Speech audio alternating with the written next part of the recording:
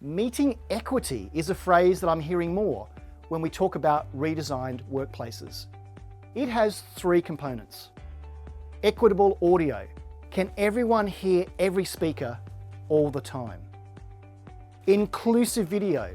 Can I see who is speaking up close? And engaging content sharing. If I start drawing on the whiteboard in the room, can those working remotely see this and contribute? We have to think about designing and optimizing our new workplace, and that isn't just about meeting rooms. It's about creating truly inviting meeting spaces.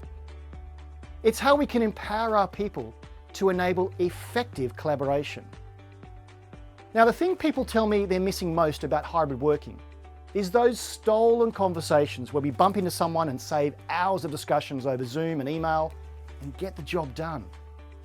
How do we make that happen when we're not always in the same space?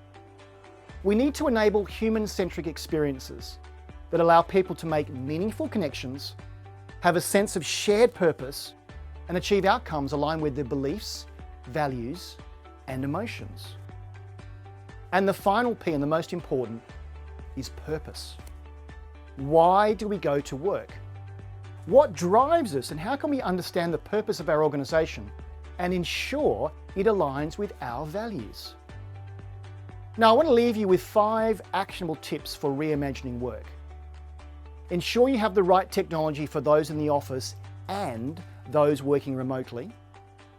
Move to an asynchronous model where work doesn't have to be done in real time.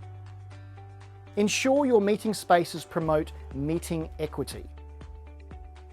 Also, think about how to make your office a destination that will earn the commute. And finally, provide the best human-centric experience using a mix of technology and redesigned processes.